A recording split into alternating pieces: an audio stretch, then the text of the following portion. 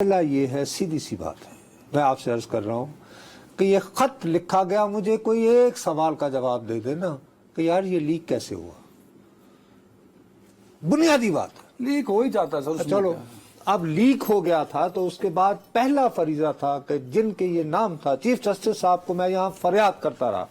میں نے کہا سر یہ جو آپ تاریخ درست کر رہے ہیں نا، اور آپ مجھ سے اختلاف کرتے رہے، میں آپ کو کہتا رہا یہ تاریخ درست کرتے کرتے ہمارے حال جو ہے وہ بدحال ہو جائے گا، اور میرے منہ میں خاک کہ میں درست ثابت ہوا، اور میں شرمندہ ہوں کہ پتہ نہیں میں نے قبولیت کس کھڑی میں یہ بکواس کر. ہر قبولیت آپ کے ساتھ جڑی ہے. اوکے، اب آپ کو ایڈریس کیا گیا، آپ کریں. اب مسئلہ یہ ہے کہ فرض کریں کیوں یہ رول آؤٹ کر رہے ہو کہ یہ اس بات میں مان جائیں چیف جسٹس صاحب کہ یار یہ جو حکومت تجویز پیش کر رہی ہے اس کو مان لیتے ہیں.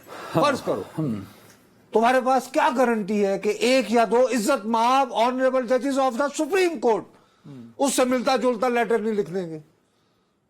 ارے کیوں تم رول آؤٹ کر رہے ہو؟ ورنہ اعلامیہ نہ آ گیا ہوتا. بھئی اگر یہ 6 نے لکھ دیا ہے تو فرض کرو میرے منہ میں خاک، میں اسی لیے کہہ رہا ہوں یا اللہ مجھے غلط ثابت کرنا. لیکن میں کیا کروں، سانپ کا ڈسا جو ہے وہ رسی سے بھی ڈرتا ہے. کہ فرض کرو کہ یہ جو حکومت ایک تجویز پیش کر رہی ہے، اسی لیے میں کہتا ہوں کہ شاید اب بہترین طریقہ یہ ہے کہ 2 دن گزار لیے ہیں، دنیا میں جو ہماری بدنامی ہونی تھی، منہ کالا ہونا تھا، وہ ہو چکی.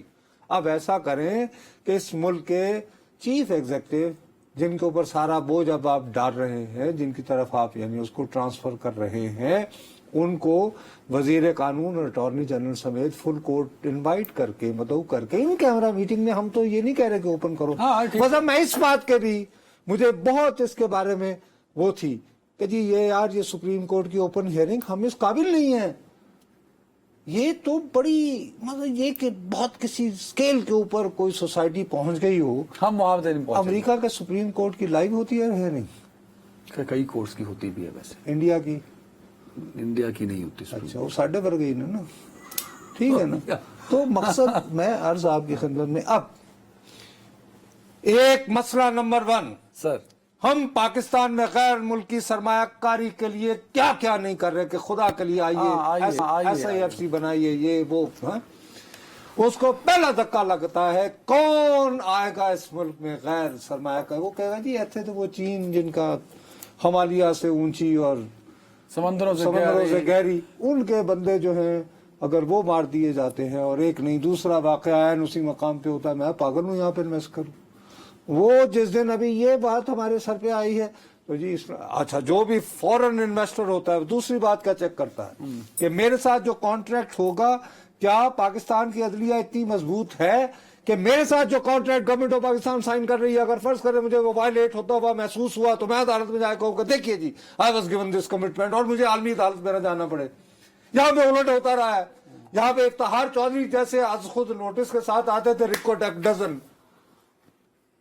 ہو گئی بات.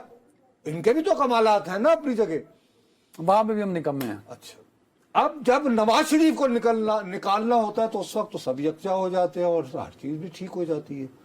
اب تو کوئی معاملہ کہیں نہ کہیں تو گڑبڑ ہے نا. پھر